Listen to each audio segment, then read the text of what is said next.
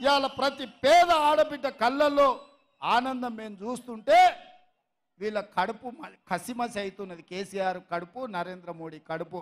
ఈ ఆడబిడ్డలకు 500కే సిలిండర్ ఇస్తే మా మాట ఎందుకు వింటారు? ఆ సిలిండర్ గుంజుకోవాలంటే కాంగ్రెస్ను ఓడగొట్టాలని ఇలా కుట్ర జరుగుతుంది మిత్రులారా.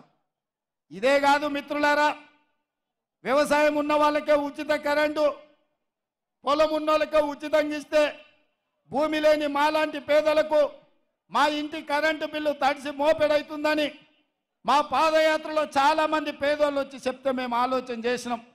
పార్టీ అనుమతి తీసుకున్నాం. రాహుల్ గాంధీ, సోనియా గాంధీ గారితో మాట్లాడినాం. అందుకే ప్రతి పేదవాడి ఇంటికి 200 యూనిట్లు ఉచితంగా కరెంటు ఇచ్చి 0 బిల్లు ఇవాళ పేదవాడి ఇంటికి తీసుకొచ్చి బిల్లు కట్టాల్సిన పని లేదు, 0 బిల్లు అని చెప్పి ఇవాళ పేదవాళ్ళని ఆదుకున్నాం.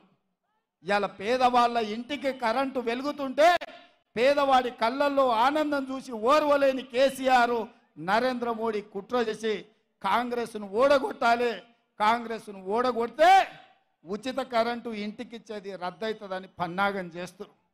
ఇదే కాదు, ఆనాడు డాక్టర్ వైఎస్ రాజశేఖర రెడ్డి గారు ముఖ్యమంత్రి ఉన్నప్పుడు తండాలలో, గూడాలలో, మారుమూల పల్లెల్లో ప్రతి పేదవాడు సొంత ఇంటి కళ నెరవేరాలని 25 లక్షల ఇందిరమ్మ ఇండ్లు ఇచ్చి పేదవాళ్లను సొంత ఇంటి వాడిని చేసిన చరిత్ర కాంగ్రెస్ పార్టీది.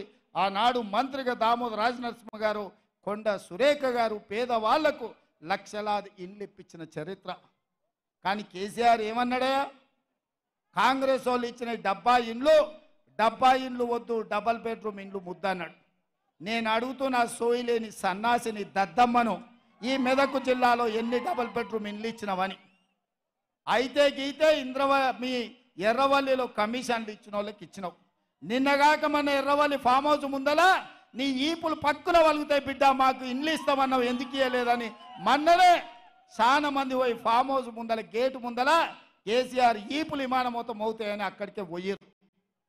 మరి ఇవాళ నేను అడుగుతున్నా, మా రెవెన్యూ మంత్రి, మా హౌసింగ్ శాఖ మంత్రి పొంగులేటి శ్రీనివాసరెడ్డి గారి నేతృత్వంలో ప్రతి నియోజకవర్గానికి 3,500 ఇండ్లు, రాష్ట్రంలో 4,50,000 ఇండ్లు, 22,500 కోట్ల రూపాయలతో పేదవాడికి ప్రతి ఇంటికి 5 లక్షల రూపాయలు ఉచితంగా ఇచ్చి మీ ఆత్మ గౌరవం నిలబెట్టడానికి మనం పథకం ప్రారంభించుకుంటే పేదోడికి సొంతిల్లు వస్తే వాని ఇంటి ముందర కాలు మీద కాలేసుకొని కుర్చీలో కూర్చుంటాడని కక్ష కట్టి కాంగ్రెస్ను ఓడగొట్టి ఆ ఇచ్చే ఇండ్లు రద్దు చేయాలని ఢిల్లీలో ఉండే మోడీ, గజ్వేల్లో ఉండే కేడీ కలిసి కుట్ర చేస్తున్న మాట ఇక్కడున్న యువకులకు నేను చెప్పదలుచుకున్నా. అందుకే మిత్రులారా, ఇక అవన్నీ చేసినాం. ఆర్టీసీ బస్సులో ఉచిత ప్రయాణం ఇచ్చినాం, రాజీవ్ ఆరోగ్యశ్రీ పథకాన్ని అమలు చేసినాం, గ్యాస్ సిలిండర్ 500కి ఇచ్చినాం, 200 యూనిట్లు ఉచిత కరెంట్ ఇచ్చినాం, ఇందిరమ్మ ఇండ్లు ఇచ్చినాం.